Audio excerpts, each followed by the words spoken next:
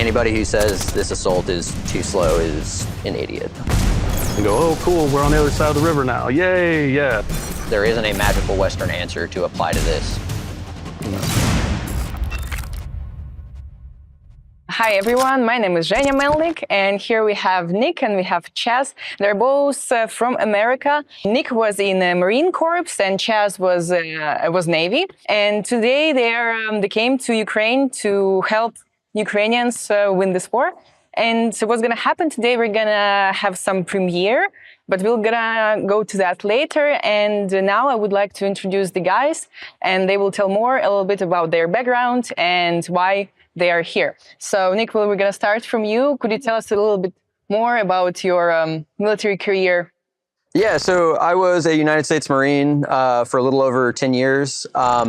All of that time was spent as an infantryman. I was not special forces or anything crazy, just a basic infantryman. I did 6 deployments while I was in. So I've been to Afghanistan a couple times. I went to Africa, Haiti, Southeast Asia. So I've gotten to go around and gather a lot of experiences from that. And now in Ukraine, what are you doing? Right now, I'm in a reconnaissance section. Before first couple months that I was here, I was actually an instructor. Predominantly, I taught non-commissioned officers and planning process, that kind of stuff, as well as like basic small unit tactics and like 101 level infantry tactics. All right, thank you. And Chaz, now to you. I'm ex-Navy. I did 6 years. I have a total of 5 deployments, 2 in Iraq, then I had 3 on submarines as well. So it's a really unique kind of background on that one. And same thing with Nick, because we actually kind of got here about the same time. He was teaching these NCO courses, and I was focused more on soldier, company level soldiers. Again, basic tactics, how to patrol, create patrol bases, get into trenches, things like that. As far as I know, you guys both spent quite a lot of time in the southern Ukraine, right? Yes. Okay, so now we're going to watch the report from my colleague Mikita. He just came back from the Kherson region, where he worked with the air reconnaissance units, and he brought some interesting material. So let's watch it and then discuss it. Kherson was liberated in November 2022, but the region's left bank remains occupied by the Russian army to this day. We traveled to the south of Ukraine to give you an inside perspective through the eyes of Ukrainian air reconnaissance units. They're quite literally the eyes of the artillery. Their birds fly over the Dnieper River searching for targets on the left bank to adjust artillery fire. With the Ukrainian-made UAV Furia, soldiers are able to fly deep into Russian-controlled territories, avoiding enemy air defense and electronic warfare systems. We find targets, we pass on the coordinates. Once confirmed, we fly out, make them bleed, and return home happy. But it's not just during the daytime that the birds are up in the air. A lot of exciting things happen at night. Fuckers are trying to move, mainly in the twilight. The commercial quadcopters that the unit uses are relatively cheap. With some modifications, these drones can drop explosives on enemy heads. Here they target enemy boats and subversive groups, so-called saboteurs, that are often trying to cross the river. At the front line, such copters are quite expendable. In 2 months, they lost 3 copters because of the enemy EW, which is actually a good result. It is what it is. That's why drones are consumables. Russians are targeting the islands and the so-called Grey Zone. This is where the Ukrainian reconnaissance units are operating, storming Russian positions with small groups, pushing them further and further from Kherson. So, as we can see, it's all about the counter-battery fighting in Kherson region, and drones are obviously very important. Could you tell us to what extent do you think they actually changed the course of war in Ukraine? I think the drones have almost led to like a paradigm shift in conventional warfare, because how I was brought up as an infantryman, they weren't available. But now at the scale that we have, like forward observation at such a small level and it's so precise, whether it's adjusting for artillery like they're doing in this case, or how I predominantly use them was for area reconnaissance. So we would go out, send up our drones to be able to look forward of our positions. And especially in an area like the Kherson region, because the Dnieper River is such a obstacle that it's very difficult for us to conduct area reconnaissance and to actually locate positions. So I would say that reconnaissance would be untenable in that area without drones. Yeah, and to double that, if you look at military history, right, the last time you've seen an innovation like that, especially counter battery, was the airplane in World War I, right? Because before that, we used airplanes. It was just kind of you shot and guessed, and hope you were hitting close. And once airplanes and now drones, because obviously the airspace is very contested, we can't send big airplanes, MiGs, SUs, things like that up because they're probably going to get shot down. They're much more expensive. It's like they talk about that paradigm shift on how you fight a war. Is drones have absolutely done that. Imagine if the drones were not available, how would you do the reconnaissance in the island area, for example? On the island specifically, because it is that gray area, we are capable to go and walk that area to some extent, depending on the islands, depending on different real world problems, I guess would be the best way to say that. So some of those islands, I've been on some of those islands, so it was possible to actually conduct a traditional reconnaissance patrol on those. But in order to go to the left bank in that area specifically, I'm very familiar with the area south between the dam at Novokhovka and Kherson. In order to go onto that left bank, they were fortified positions, heavily mined. So it would be very difficult to conduct a traditional foot patrol in that area just because of enemy presence.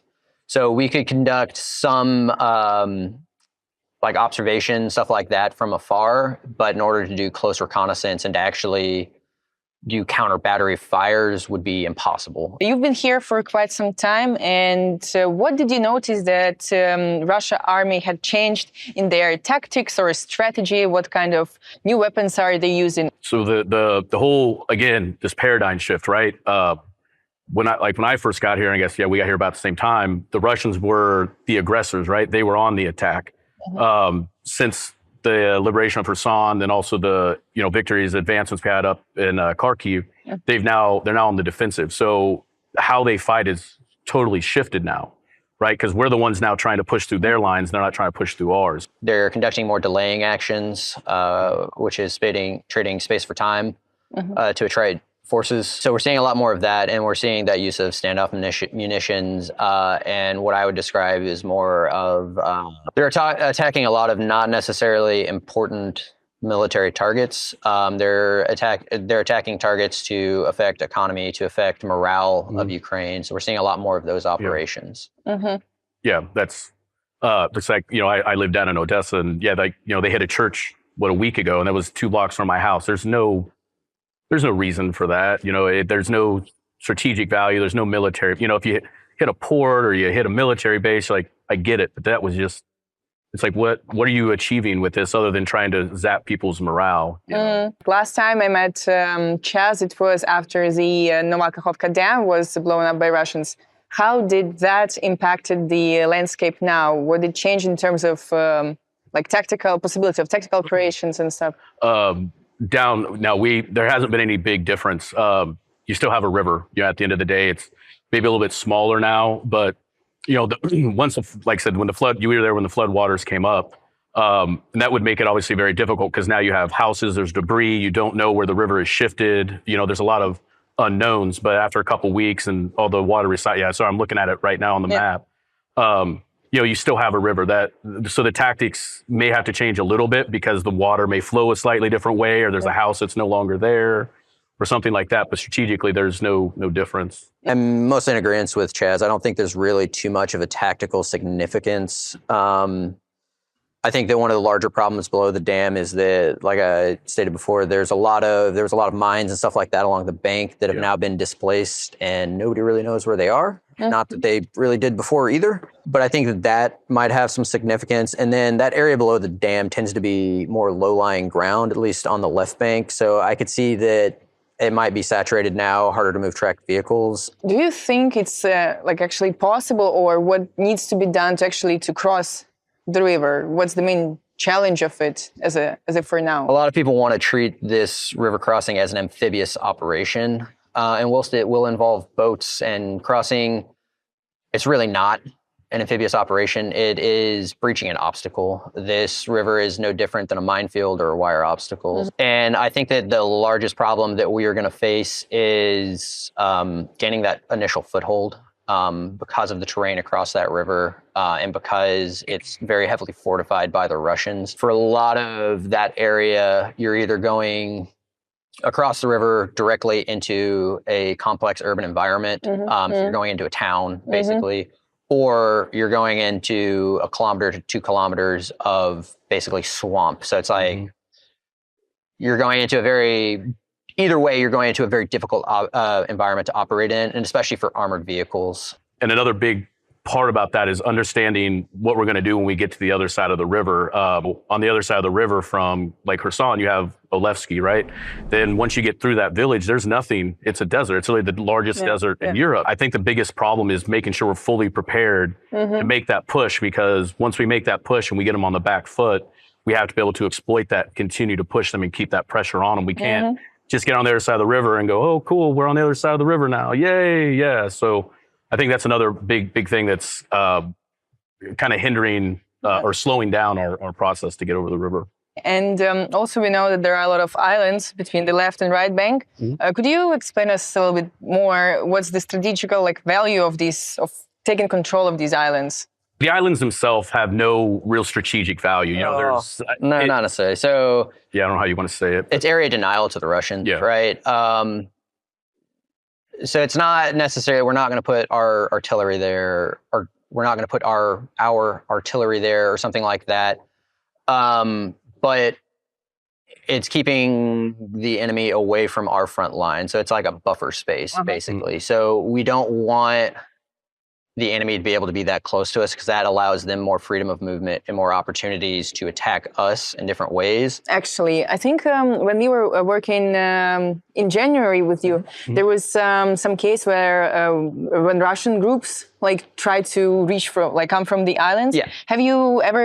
Have you participated after that in some kind of fighting or combat or operations to take the control of such islands? No, not in my experience in that area. We took turns going to the island. We would go there sometimes, they would come there sometimes. As we went on, they really, for most of early this year, from what I saw, the Russians didn't really care about the islands. They weren't really attempting to go there. Every once in a while, we would detect or we'd see signs that a Russian reconnaissance patrol had been in the area.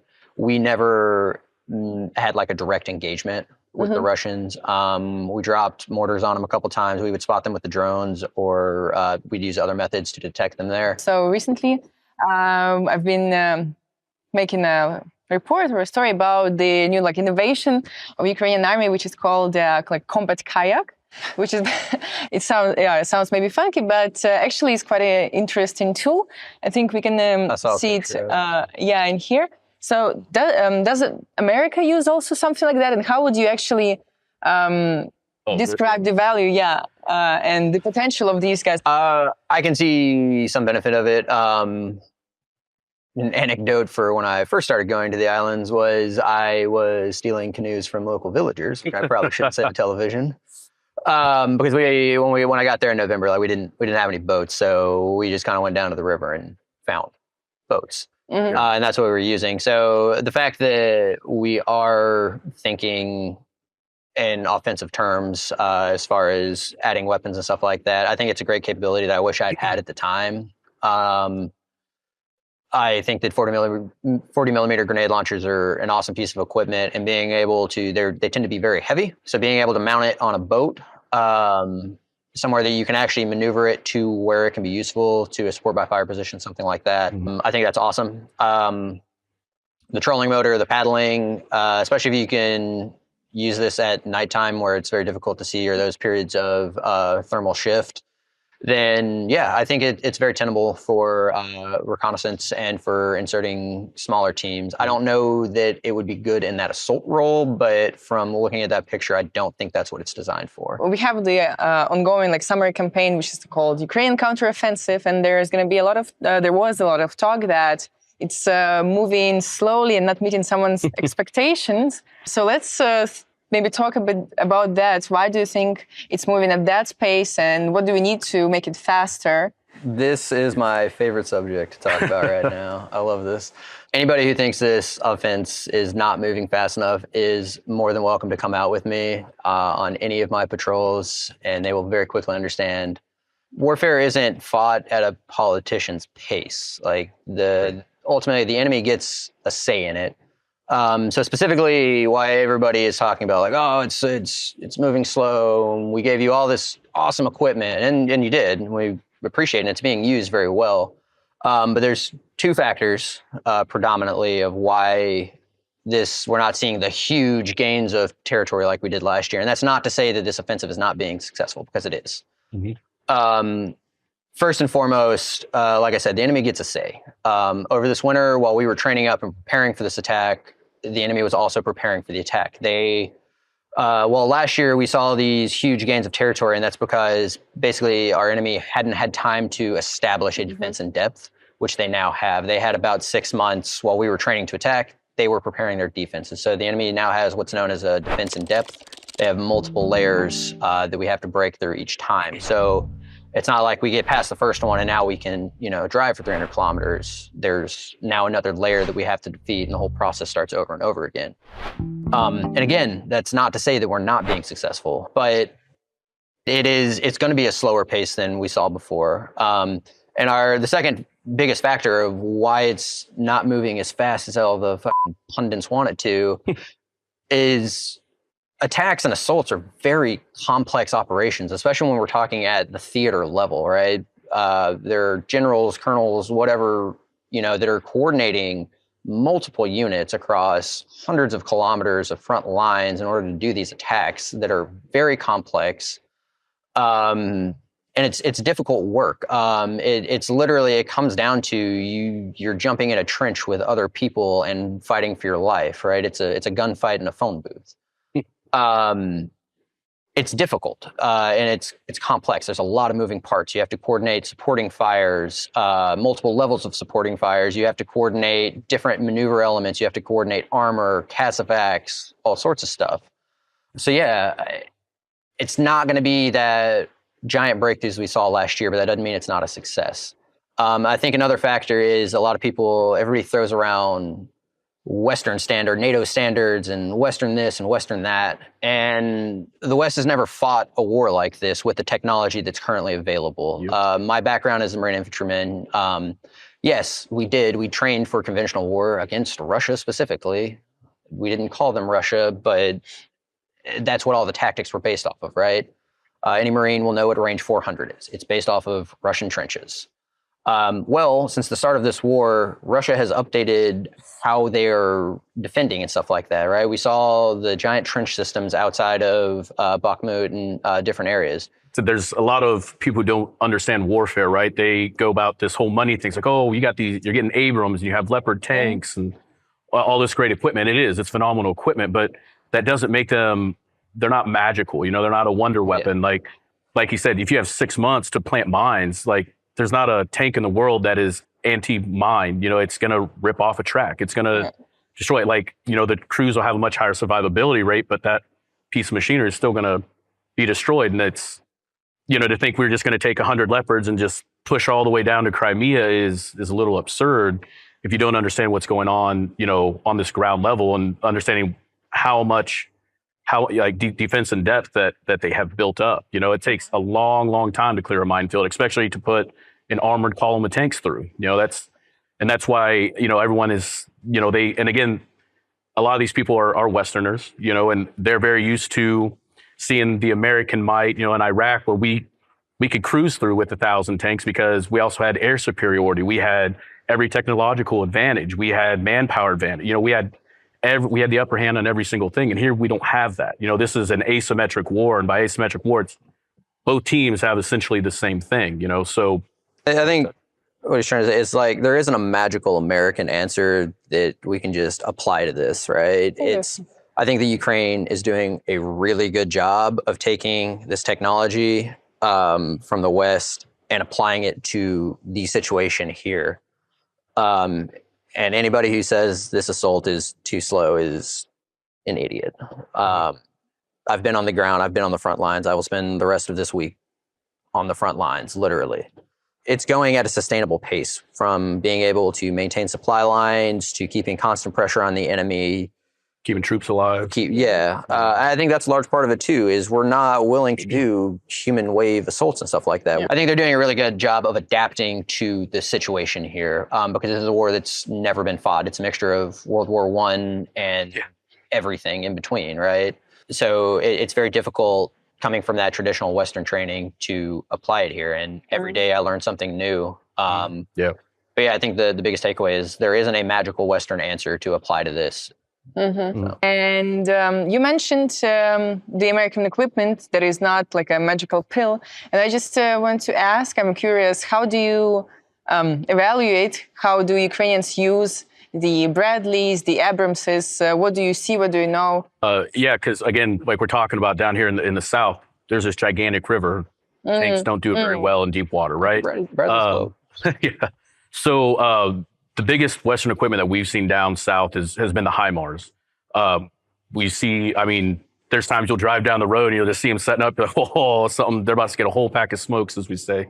And the Ukrainians have done a very good job of using that to hit rear echelon things, your fuel depots, your ammo depots, troop concentrations, things that really wear down the enemy, like really bite at that attrition rate for them. Because, there's nothing worse than being on, say, a front line, or for us, it would have been out at a FOB, and you find out, oh, guess what? You're not getting food today. That sucks. Like, oh, there's no water. You're rationed to very small amounts.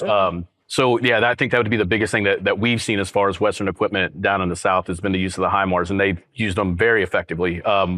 Obviously, because that was the big reason why, the Russians pulled back from, Kherson City over the other side of the river, was because they couldn't maintain that logistical supply line to, sustain their troops. HIMARS, and then 777s as well. Yeah. The 155s. They're pretty impressive. I also saw them in action, and it's beautiful. Ukrainian army, as such, we are trying to move closer to the NATO standards.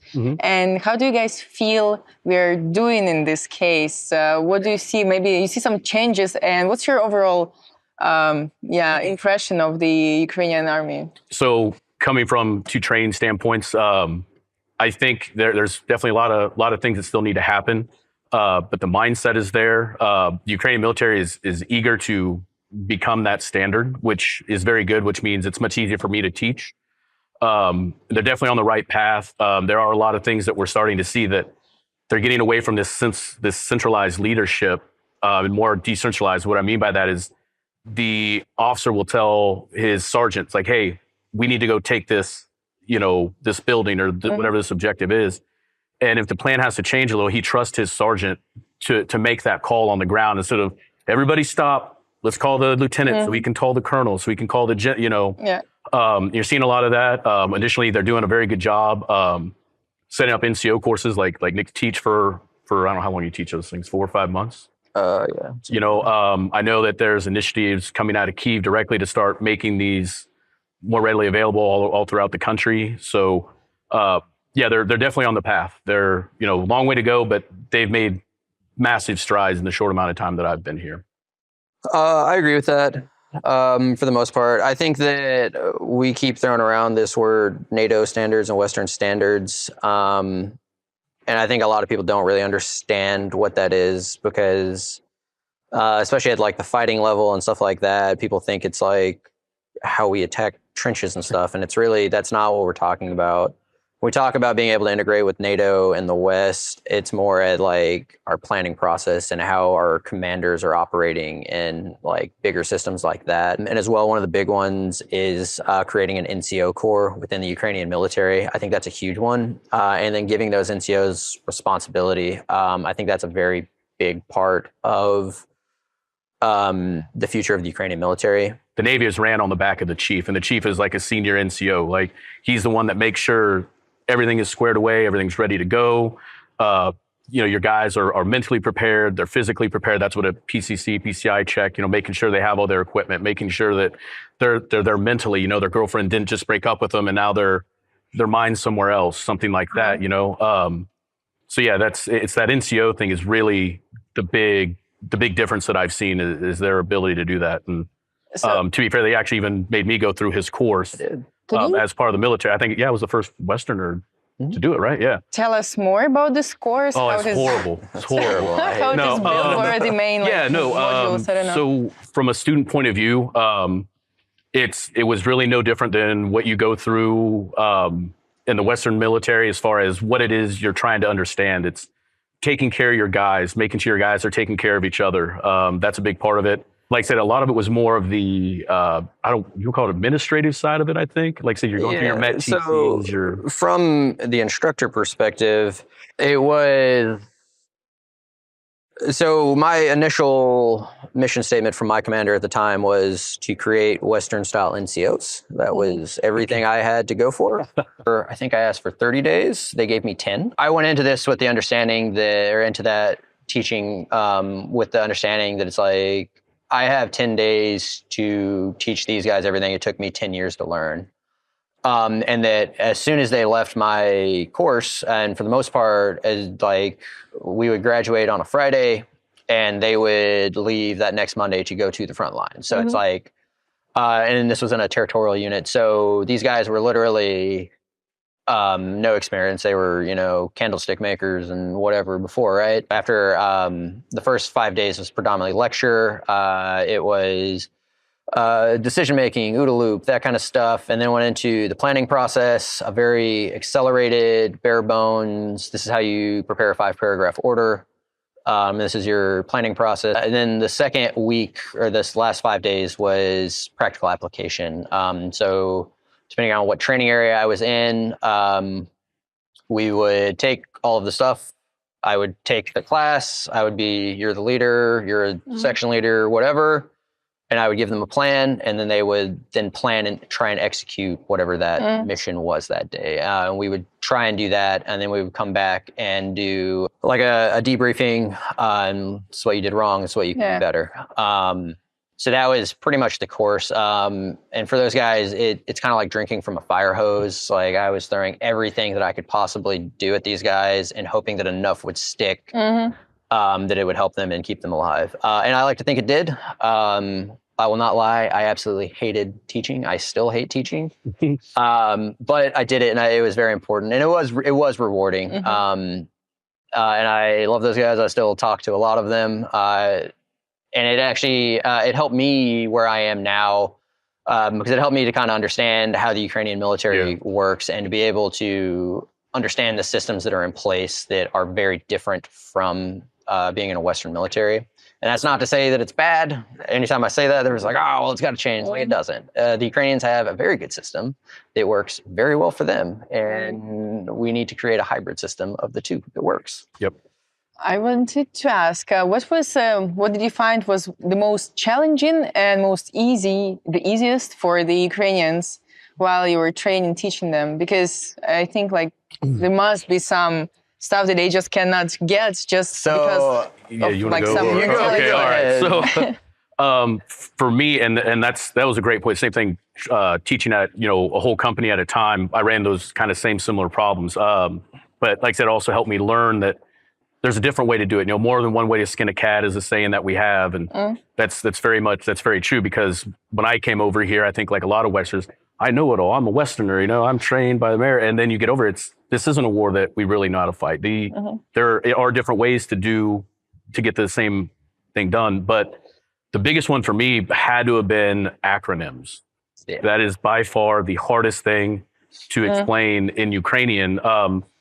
And not only because it's like he was talking about SOSRA. It's like, what the hell is SOSRA? Like they're thinking, oh, this is a word. It's like, oh, no, it's not a word. It's a word that doesn't exist, that's made up of different words. But even when you were able to spell it out with a translator, it still doesn't, it doesn't translate like it's supposed to. There's so many of those, like the Met TC was kind of like PCC, PCI check, right? That's, pre-combat inspection, pre-combat check.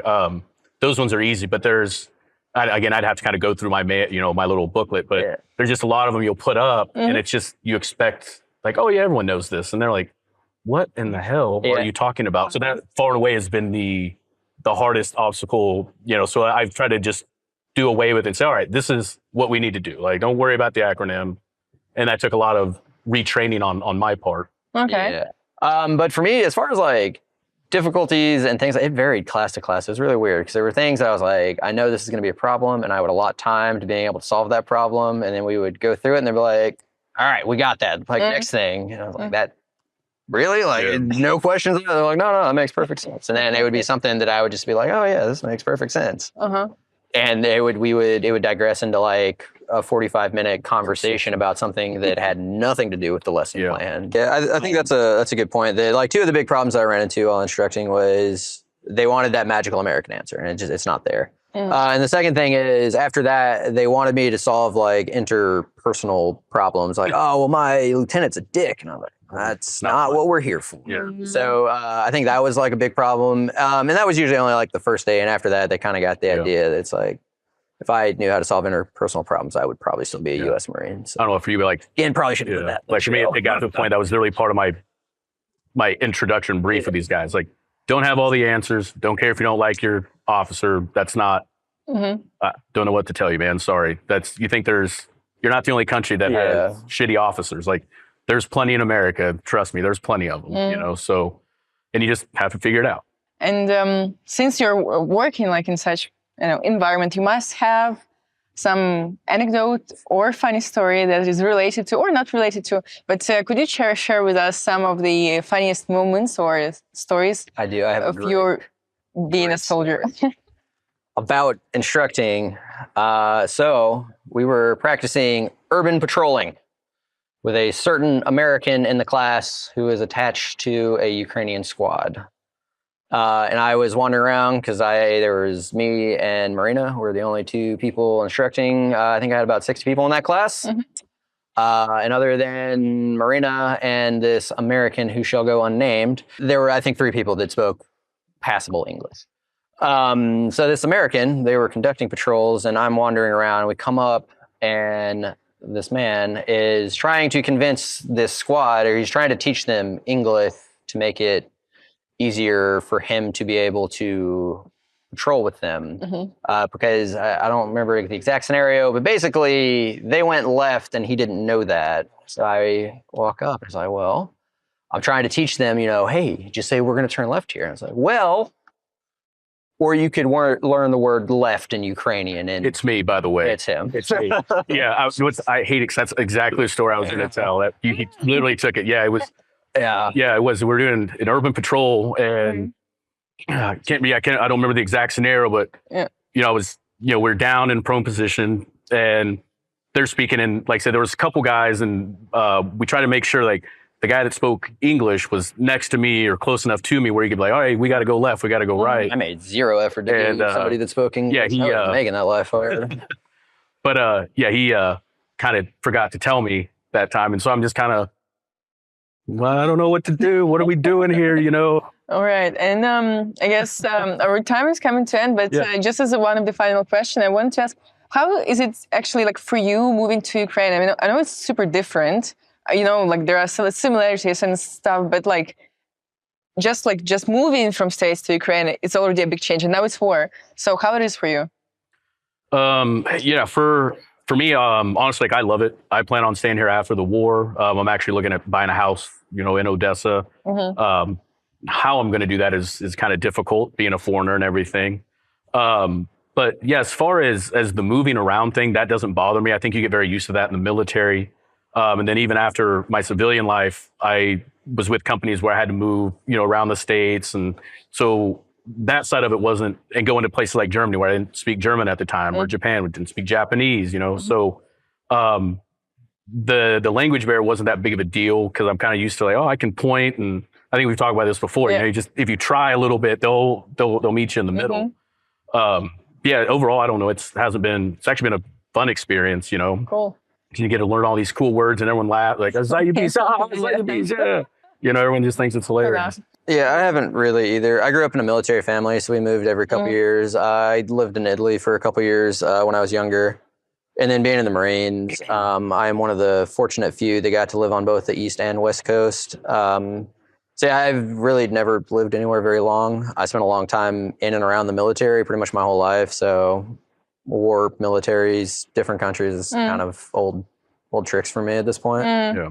I've enjoyed it. I like the people here. Yeah. I like the food. So Yeah, food is great. the weather sometimes leaves something to be desired, but I can get around that. So. All right. Well, thanks so much for your time and that you actually could make it. And thanks for coming to Ukraine and for all the great stuff you're doing. And I think it's the end of our episode. And I hope everyone will like it. And I hope you enjoyed it as well as I did. Thank you. Yeah, thank you.